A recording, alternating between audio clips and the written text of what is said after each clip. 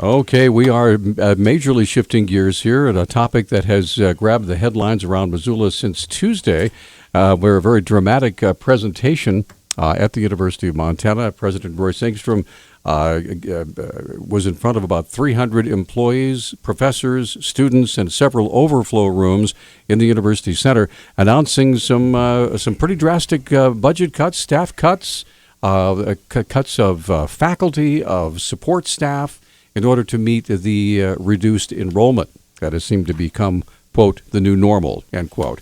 But we've got Mirdad Kia here in the studio, Linda Fry and Michael Mayer, who are all with us this morning to talk about a petition that has been circulated and a group. So, Mirdad, would you please introduce our guests and go ahead. I hope the name of the group's the Old Abnormals. Thank you, Peter and John, for providing us with this wonderful opportunity. Good morning to everyone. I'm honored to have with me two very distinguished professors and scholars from University of Montana, Professor Linda Fry from the Department of History, and Professor Michael Mayer, also from the Department of History. And we are here, of course, to speak about the impact of some of the cuts that President Engstrom spoke about. And some of the jobs that are becoming history. I hate to say that. Yeah. But I understand that all three of you have some representation in leadership when it comes to the teachers. Members of the Senate, is that right? Yeah, although all of us are here as individuals. We're not speaking for any official body. We're speaking for ourselves. Okay. All right. So who has the petition you would like to show? Linda, you got the petition. Oh, you don't. So where is the petition? There we go. Okay. Allow me to read. I'll just read some of this. This is a petition against staff and academic cuts at the University of Montana. Just so you know, give you the lay of the land of the reason why these folks are here. In the past 4 years, the University of Montana administration has brought the once flagship institution of the state to the brink of academic and financial collapse. After losing several thousand students and millions of dollars in revenue, the administration is embarking now on a campaign to cut dollars in revenue. The administration is embarking now on a campaign to cut either by attrition or direct cuts, staff and academic positions, without considering any cuts to its own expenditures and the top-heavy university bureaucracy. We call on the UM administration to stop systematic attacks on the UM curriculum, which constitutes the core mission of the University of Montana, cuts either direct or by attrition. Stop trying to balance the university budget on the back of UM's hardworking and low-paid staff. Stop cutting courses and programs either directly or by attrition. These classes and programs were designed and built through years of focused dedication. Number 4, stop cutting the budget of the Maureen and Mike Mansfield Center. Number 5, stop cutting either directly or by attrition the budgets of such essential offices as the Facilities Services Office of Media and Learning Technology, etc. And number 6, any attempt to balance the university budget should begin by introducing significant cuts in superfluous administrative positions, bureaucratic expenditures such as expensive junkets, international trips and cruises, as well as expensive receptions. Yes, and if the U of M administration does not address the serious crisis confronting the university by first applying significant cuts to its own budget, we will call on the UM Faculty Senate to begin the process of discussing the possibility of vote of no confidence in the present leadership. And this is from the Missoula Advocates for the University of Montana. So that's what this is all about. Let me give you real quick before we go to callers, and we will go directly to callers. Oh, sorry. Mike Mansfield Library as well, also in there. So go ahead. One of the things that I would like to get from you is the response from a lot of people that I hear. I've noticed posts on Facebook about this, and they say basically, those departments at the University of Montana that aren't bringing in revenue, that aren't able to self-sustain, should be cut. They should face cuts, just like in the private sector. If you have a department that's not functioning, like your news department, and you only have 2 guys that aren't doing their job, cut until you can only read AP. I mean, I guess there's a message out. Stop with that. Oh shoot! Don't listen, boss. So I was hoping maybe you could fill us in. Why shouldn't these cuts be directed, at least partially, on staff, faculty? Michael? Well, I think the cuts. Pull it close. Yeah, there you go. Thank you. I think the cuts really need to be targeted carefully. it's not just a question of whether you have a department with low enrollments. A number of years ago, we had a discussion actually about cutting physics because they had low enrollment. You can't cut physics and have a university. There's certain subjects that are core to our mission that need to be taught. And if they don't have big enrollments at the moment, that's a problem, but it can't be resolved by eliminating core curriculum. Are all departments core? Or are there some that are perhaps less core? There is also the other issue, the idea that by cutting academic programs, you're actually saving money. It's completely misleading because you will at one point have to reintroduce some of the very academic programs that you are cutting now. And if you're reintroducing physics by cutting it now, it's not only, as Michael said correctly, it is an absolute fundamental academic unit in any curriculum. It's also that it will cost you much more recruiting professors 3 years from now, 5 years from now. You are not cutting. You're actually increasing the cost of your spending, especially in coming years. Especially if the university has a proven history of letting people go, once the enrollment goes down a little bit. So who's going to want to, pack up and head off from, say, Illinois to come to Montana when my job may not be around for very long? Ironically, I did come here from Illinois. Okay. There you go. University of Illinois, Right. where I was teaching back in the 80s. But in 89, we cut what was then called audiology. And a number of years later, we had to reconstruct that department at enormous expense. Now, again, we're not talking about cutting communicative disorders now. We're not talking about cutting physics. And we're not talking about eliminating departments anyway. But Merida is absolutely right. If we reduce faculty, if we eliminate certain elements of programs, it will be very expensive to restore later on. And enrollments fluctuate. In the 70s, enrollments in the humanities went way down when the economy was bad, as it has been for the last number of years. In the 80s and 90s, the humanities enrollments bounced way back up when the economy rebounded as well. And so I assume at some point, I hope at some point, the economy will recover, and then we're going, if our numbers go up, then we're going to be scrambling to restore faculty. So, I tell you what, we're up against a commercial break. We'll come right back. We have Mirdad Kia, we have Michael Meyer, and Linda Fry all here in the studio. We also have Pete and Michael, or is that Michelle? Michelle was going to be with us. He was here, I believe, earlier in the week talking about what happened in Paris. So we're going to Michelle. Yeah, we're going to come right back with more of Talk Back in a moment. All right, we're back on Talk Back. 721-1290 is our number. Pete, Michelle, and Sue will get you on in a moment. But Mirdad and Linda both wanted to make a statement regarding the statement that John made about, cutting programs. If they don't have the students, why not, reduce the size to save some money? So go ahead. Well, aside from the fact that we just talked about rehiring folks whom you're letting go now at a much higher rate later, and that's why these cuts don't make sense. They actually would damage the financial stability, the long-term stability of the institution. There is another issue. The issue is there is no significant cut to the bloated university bureaucracy. I mean, you have these numbers, enormous numbers, in millions in terms of salary of the top administrators, and I do not see any major cut in any of those. There is here and there, the graduate dean and so on and so forth, but these are minute. And the second thing is we have to understand, do we want, really, and then this is a question I think for our community, do we want the University of Montana to be the flagship of the state?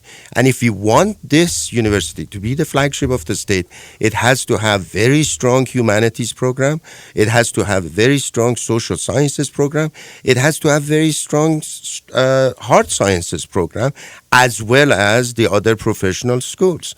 We have to maintain the curriculum in order to remain the flagship. And let's not also forget that every time we cut, there was an estimate of something close to 1,000 students not coming to University of Montana, about having $50 million impact on the economy of the city. Every time we cut faculty and staff, we are hurting the local economy. So these are the big questions that we have to put on the table and come up with honest, direct answers. Linda? Oh, go ahead. Yes, I think the fear that's been voiced by many people is that what this is doing is redirecting the mission of the university. Our mission was, liberal arts was always a key part of that mission, and it was the kind of driving engine that made us the flagship of the state.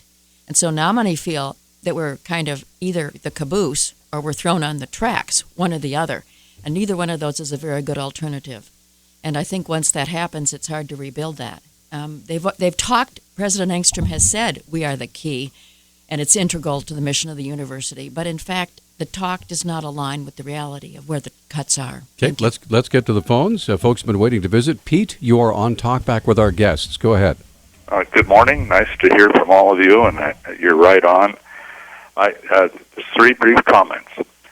Number one, we don't need to just focus on the president's office in the university. The regents, who are just wine and dining and holding their nice meetings 4 times a year, they've got to get their sleeves rolled up and get addressing this and look for some accountability.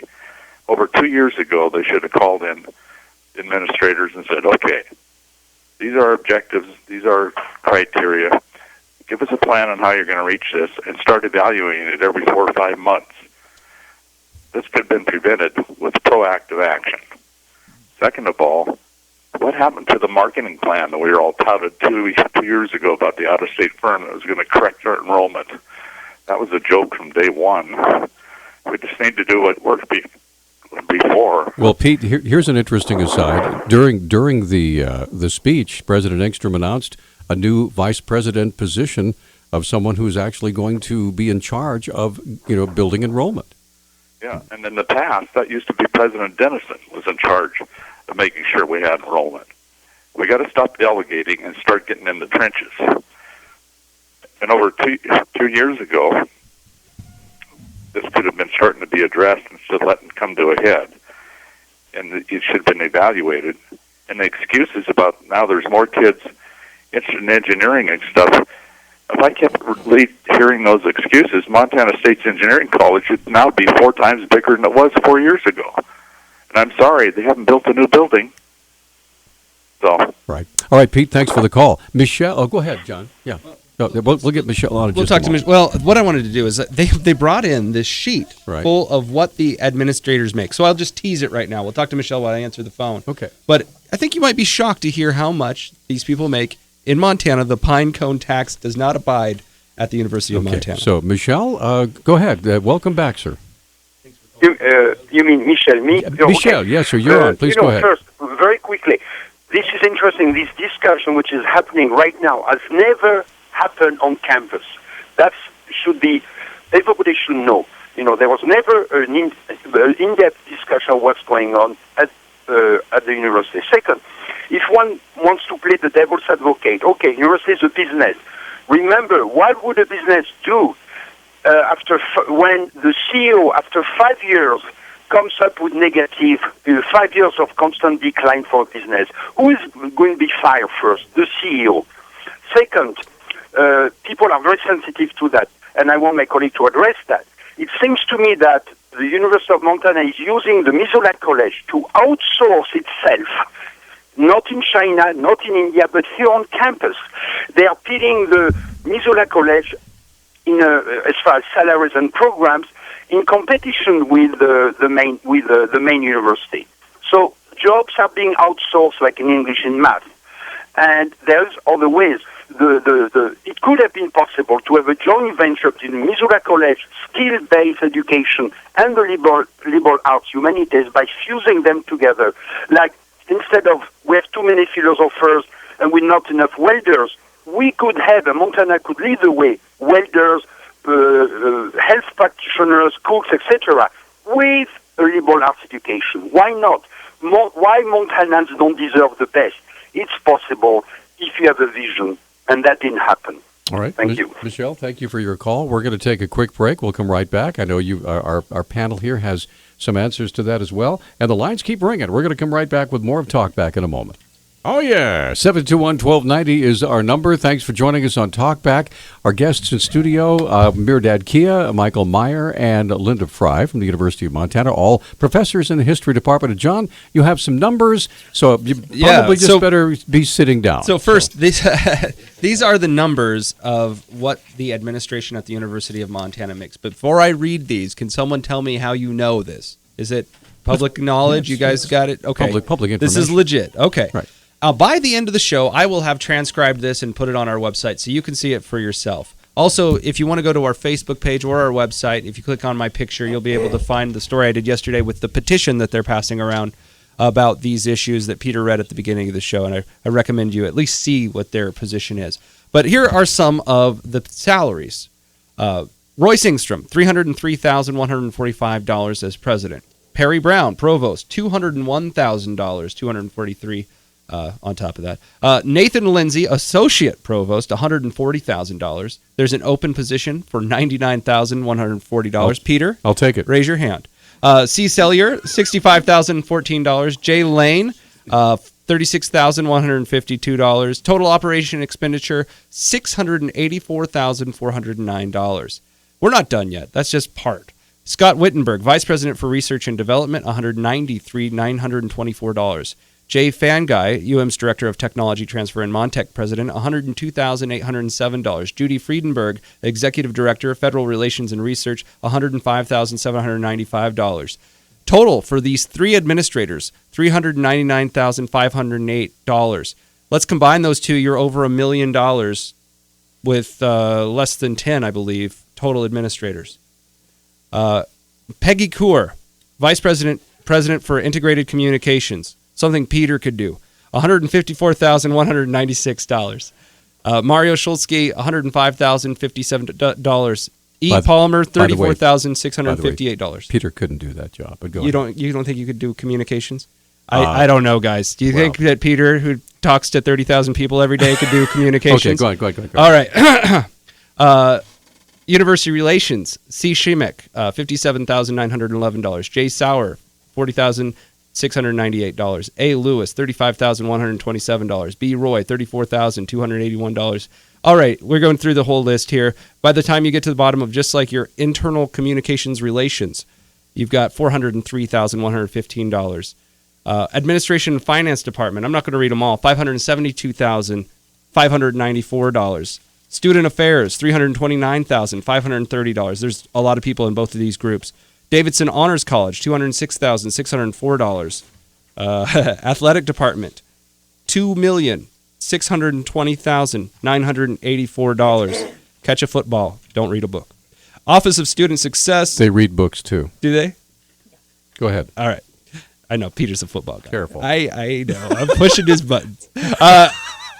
We've got $95,270 for Sharon O'Hare. Jay Cannon, $73,545. Brian French, $75,000. John stepped over the line. I apologize. Information Technology Administration. We've got a couple salaries. We're over $300,000, it looks like, if I add them all together. And then international programs, one person, Paulo Zagallo-Mello, who we've had on the show, $130,841. So that's a lot of money. That's a lot of money. Now, Can you guys give me an example? How much does an average professor make?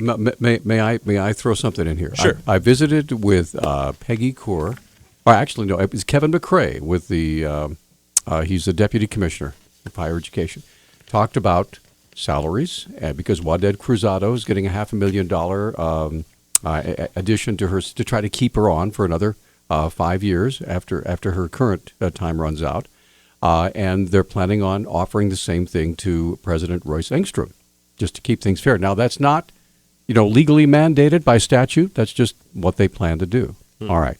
So what Mr. McCrae said, and this is a quote, he said, our university presidents are probably among the lowest paid in the entire country. And they make $303,000 a year at this point. So if you want to talk about apples and oranges and comparisons with other states, here in Montana, the pine cone tax is big time. If you make $50,000 in Montana, bonus. So radio hosts have the same problem. Peter and I probably make a fraction of what Rush Limbaugh makes. I will take just half. Pinecone tax that out of me. I'll Anyway. just take a half of what Rush Limbaugh makes. Yeah, anyway. So, okay, with that being said, we have folks who, now, you guys want to talk, and we have Sue and Louie and Susan. You all want to talk, but we got to take a break because we got to sell some stuff. So we're going to come right back with more Talk Back in a moment. Stay with us. Okay, we're back on Talk Back, 721-1290. I caught my football. I spiked it. I made a touchdown. There. Did it cost you $2,600,000? And then I got an A. So anyway, but aside from that, okay, we're talking about budget cuts at the University of Montana. There's a great big uproar. Linda Fry, Michael Mayer, and Mirdad Kia joining us here in studio. Now, Linda, you wanted to make a comment about some of these salaries, and go ahead. Yes, I guess I would like to note that I'm afraid that most of these cuts are falling disproportionately on the most vulnerable among us, including the teaching assistants, including our staff, which is not that very well paid. Because this underlines the larger problem of the disproportionate increase in those who neither teach nor conduct research, and the rather extravagant salaries that the administration is getting. I think this is a problem nationwide, and why don't we use this imaginatively to say we're going to cut our ratio of that? Because the ideal ratio, by the way, according to the AAUP and the Chronicle, was for every 3 tenured faculty, 1 person who's not in the teaching faculty. And ours is 1.4 non-teaching to 1 faculty. So you have more administrators than teachers at the We have more administration and staff, 1.4 to 1 faculty. Now, this is really completely screwed up as far as I'm concerned. Who's the key part of the university? That was a It should quote be you the quoted faculty. in Ingstrom's speech, Peter. So she's not like pulling that out of thin air. I guess my question for you guys, and it's one I think we owe ourselves to compare. When we talk about these new hires, these younger teachers or not tenure track teachers, and we talk about the tenure track professors, can you give us an idea of the salaries these individuals make? I mean, it's very difficult because it depends on the unit. I mean, business school with liberal arts, there's just no comparison in terms. And then the law school, for example, these are very different ratios. Well, your tenure track, what do you guys make? We also have a very sort of wide variety. We have folks who are making in 50s and 60,000 range, and we have then people who are making over 100,000. But those who are making over 100,000 have been here for over 30 years, and they started at some point at 25, 30,000, and even below that, in fact. What's that? 9,000. 9,000 at one point. So, and the way this salary among the faculty goes up is by applying for merits, for example. So you publish more, you teach more, and you build up the salary. That's not the case with the administration. But I want to build on what Linda just said, that the target of these cuts are the folks who are vulnerable, the most vulnerable, the lowest paid, basically. We do not see a major cut on high-paying administrators. But what if, and we were talking during the break, if every administrator took a 15% cut from their salaries, right? And they try to balance the budget by applying the same cuts they're applying to the most vulnerable, to themselves and to their own income. I wonder what's wrong with that proposal or with that idea. Has anybody asked them? Well, I think it's your job to pick up the phone and call our vice president for integrated communications. Sure. I guess that's why she's paid $154,000 to answer your phone calls. Tell you what, let's get to the phone and visit with Sue. Sue, you're on Talk Back with our guests. Go ahead.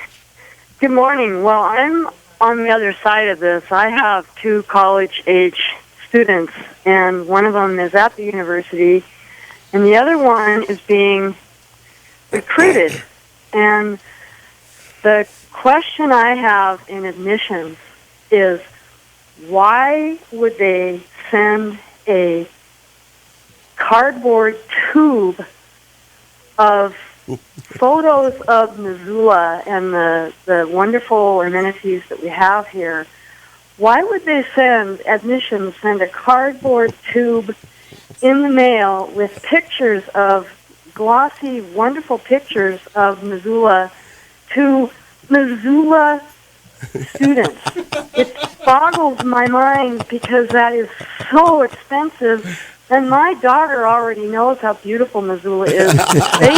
They need to send that to students that live in Sue, Alabama it's and Florida. Sue, it's a bulk mailing. They should send your kids pictures of clean laundry and fresh warm food. You can laugh about it, but if they want to have students come here, they need to have an algorithm that tells them that they don't need to send things like that. Well, that may be one of the reasons why they need a vice president to handle all this, because they can keep compartmentalize it and keep track of it. But Peter, we have had a vice president who has been assigned to handle this. We have had an enrollment services, we have had a recruitment service, and millions of dollars have already been spent. So it is not true that for the first time we are actually appointing a new person. We have had that person in the job, and we have spent millions over that person's salary to bring more people. But of course, it has not materialized. Okay. Go ahead, Michael. It's hard. It is hard to answer that, but I think the basic point Pete made is it's a bulk mailing. It could be done better. I don't doubt that, but and none of us really can answer that. That should really be addressed to members of the administration. Sure. Go ahead, Madan. I think there was a point that Michelle brought up, which is very true, and I want to build on that. There is also a sense, and I don't think folks in the community are aware of it, there's really an erosion of trust and confidence in the administration right now. And one of the reasons, here is just anecdotal in terms of what has transpired. There is this committee called the Alignment or Realignment Committee. And as soon as I heard about this committee, actually a reporter from Kaiman asked me about my opinion, and I said that I thought that the committee was designed to identify programs to be cut. So this was a chopping board committee, more or less. And in the Faculty Senate, in front of all of us, and Linda and Mike were there, the president of the university reassured us that this committee had no such objectives and purpose. In fact, programs were identified as strong or weak, and the weak programs were identified to be helped and to be strengthened in the long run. And lo and behold, those very programs which were identified by the Realignment Committee are now on the chopping board. Who was honest, talking to his own faculty in front of the Faculty Senate? All right. Well, tell you what we're going to do, and I'm sure that there are folks at the university perhaps who are listening to this program this morning. We desperately want to have you guys on Talkback at your earliest convenience. So. By the way, listeners, we did ask. We were going to afford equal time. We did not get a response. But luckily, this is an open phones talk show, and anybody can call in. Right. So 721-1290 is the number. Give us a call, even if you aren't in the administration. And we are going to take a little break, come right back. We have Louis and Susan, and we have one line open. Oh, not anymore. We're coming right back. Okay, we're back on Talkback. 721-1290 is our number. 1-800-568-5309. Okay, should we get to phones, or does somebody want to make a comment? Actually, there is one thing I'd like to say. Go ahead, Michael. Well, two things actually probably are worth saying. One is that we're not actually the authors or responsible for that petition. That was done by a group off campus. If I made that impression, I apologize. The other is that the president offered a number of reasons why we have declining enrollment, and they're true. There are fewer graduates from Montana high schools. We've known that for at least a decade. Demographic trends are pretty easy to trace. Right. Excuse me. We also know that there's increased competition for out-of-state students. And the economic recession and recovery certainly contributed to a growth and then a shrinkage. Yeah, then the sexual assault thing and came then up, the right? sexual assault thing. Right. The one thing I would say is that all of those apply pretty much with equal force to MSU. They have the same declining base of Montana high school graduates. They have the same competition for outside students. And they have the same national economic factors to contend with. And they've had sexual assaults on their campus, too. They haven't gotten as much publicity, but they've had that. So you have to look somewhere else because Montana State is growing. And, in fact, if you look over the last decade, there are a pretty constant number of students interested in going to one of the two major universities in Montana. The difference is we used to be up and they were down. It was like 15 and 12, and now that number is just about reversed. And so you have to look at reasons. And engineering is one reason. Engineering is nationally one of the few programs that has increased enrollments. And they have engineering, we don't. But we also have a lot of STEM, science and technology courses here. We have a lot of vocational courses here. That can't be the reason for a reversal effectively of 6,000 students, 3,000 switching from one to the other. And I think you have to start looking at decisions made in Main Hall. Okay, let's get to the phone. Louis, thank you for holding, sir. You're on. Go ahead. Hello, Louis. Oh, hi. Yes. Hey, thanks a lot. I really appreciate you guys being there. I hope nobody loses their job. But, John, I took the liberty to add up some of these figures these salaries. And I got some of this information on a web page at the university for the plan and documents and the budget documents. And just on 9 positions, but including the president's salary, that total comes to over $58 million. Now, that's a lot of money in anybody's pocket. And that's for people to be administrators. And the point that I wanted to bring across, and maybe people can talk about this, because there's a moralistic value here. I'm of the opinion that money can be trouble, money can be helpful, then it can be trouble, and at one point it corrupts. And if you get too much, it corrupts absolutely. When I started my teaching career back in 1969, no, it was 1971. I'm really going back a few years. We were called public servants. And there was a real distinction. There was a label that anybody who entered into the educational field to work with America's children, both in the high schools and grade schools, and especially, too, in the university systems and colleges. We were public servants. We were there to be helpers. We were not there to get rich. And that's the issue that I want to make here. Administration is getting rich. They're getting rich off of the backs of hardworking Americans on the public servant idea. And, of course, in my particular opinion, the administrators of this country, and like the University of Montana here, is almost like a mini Wall Street, to the point where these people are getting paid these outrageous and scandalous salaries. Some of the offices, they have their vice presidents to do one thing or another, but they've got several other people in there to do the work, and they end up becoming micromanagers. Now, Louis, hey, Louis. Yes. The other day when we did our interview, Louis is if you listen to the newscast, he's the one that ran this petition. By the way, I did ask these 3 folks in here, and although they distanced themselves from writing the petition, all of them said they would sign your petition. My question for you yesterday that we didn't get an answer to, and you said you had an answer for me today, was, okay, well, where are you going to cut? Because either way I shake this, it looks like some people are going to lose their jobs. So how do you make the cuts in an ethical way, Louis? Okay, that's a very good question, and I'm going to answer it for you. It's time to reduce the extremely extravagant salaries of our paid administrators, not educators, paid administrators, and it's already been suggested on your show, John, and some of that money could be reinfused into the budget for the purpose of education, for paying public servants to teach our children. That's the key here, and the honor, the distinction, and the integrity of being a public servant as an educator has to be restored. And right now, they're getting the crumbs off the table. We've been looking at the faculty, we've been looking at curriculum, but nobody's taken a serious look at the administration of all of this. In my particular opinion, after 4 to 5 years and you haven't got the job done, it's time to go. It's time to either resign or to be terminated. And we need to clean house at that university in terms of the administration, and we need to bring in people like President Cruzado over at Montana State University. Sure, they don't want to lose her, but she's being recruited right now by several other highly distinctive universities. They don't want to lose her. I'm almost going to make the suggestion, and I'll do it right here.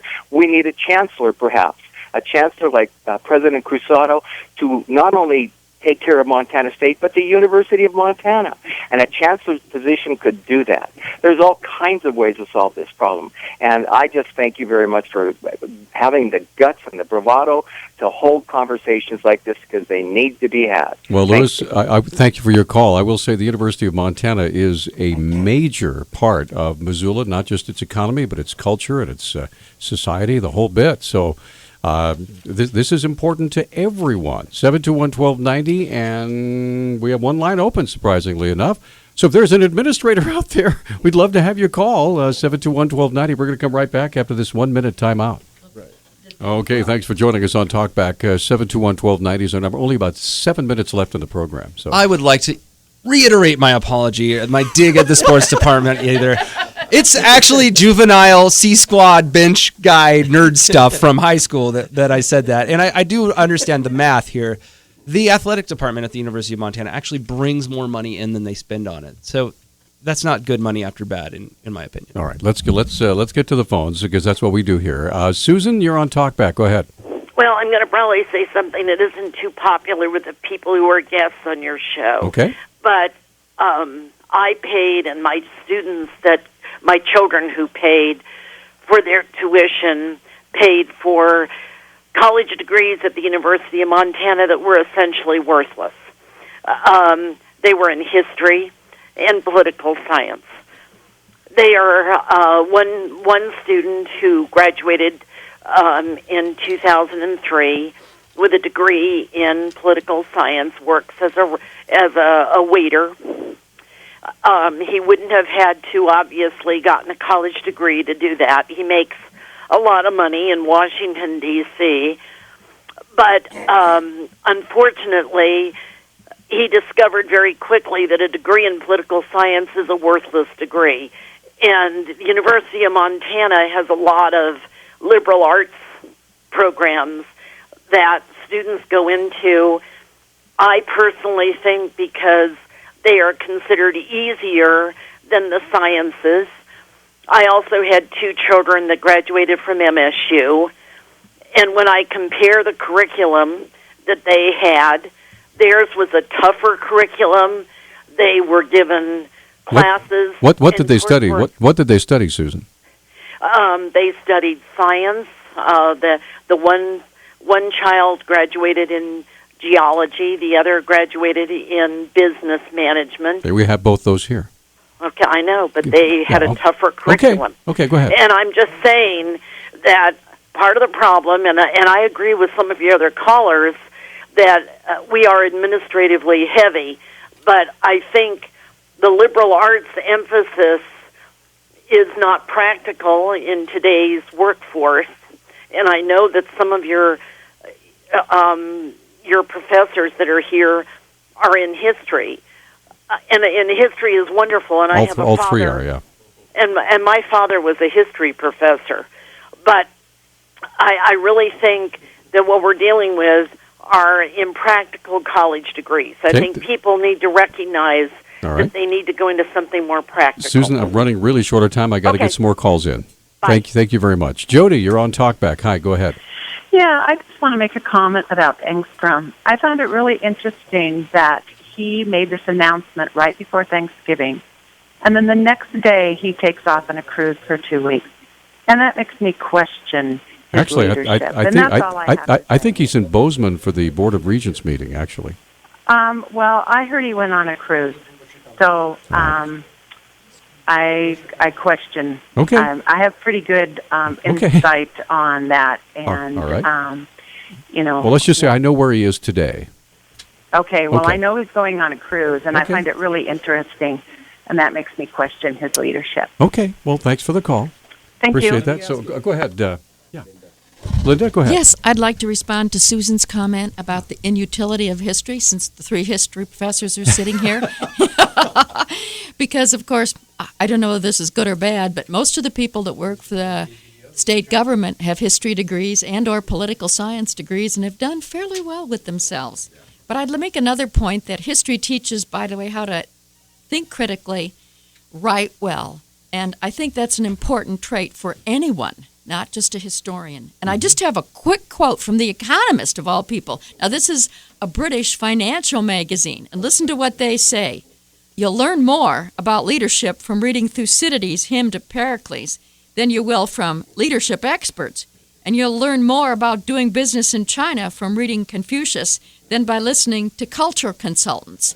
Now, that's the economist that's saying this. So here we have someone supporting a liberal arts education. There we go. We have 2 minutes left in the program, and I'm sorry about that. Joe, go ahead quickly.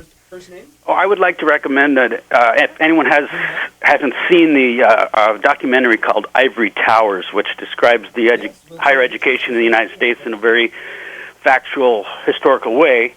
And one of the issues I agree about, the administration is being paid way too much. This is ridiculous. But the other issue is the construction that I've witnessed on this campus is the biggest rape I've seen on that campus.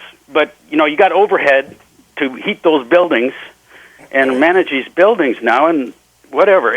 But Ivory Towers talks a lot about the competition for students and the amount of construction that's gone on in the American university systems. And so I think the overhead of the buildings. Okay, Joe, thanks for your call. Real quick, we have 1 minute. Marilyn, go. Yeah, okay. The economy of Montana is like, what, we're 49th in the nation or something like that? Per capita income, we're 49th, yes. Yeah, and I think a lot of the students at the university have been trained up in the public schools and on the college campuses to fight the jobs, the timber, the coal, the good paying. They're part of the problem. If our economy in Montana was better, then we wouldn't have to be losing all these faculty members, right? Or administration or whatever the problem is. I want to try to get one more call in. Thank you. Rayhald, you're on. Go ahead. We have 30 seconds. Go ahead. Hello, line 3? Nope. Is this Ronald? Reynold, go ahead. Yes, you're on. Never mind. Okay. Well, we tried.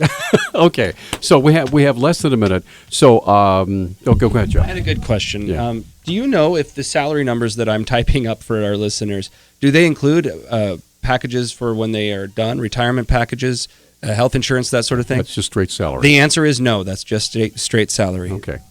So, tomorrow is Friday, and that means we have Hunter's Breakfast live at 8 o'clock, and then following that, we have an hour of open phones on Talkback, so we'll continue to talk about this, or perhaps the refugee problem, or who knows what we're going to talk about. That's what the essence of open phones. I want to thank you to everybody who called in this morning and tried to call in or made their comments on Facebook. We will talk again soon. Have a great day.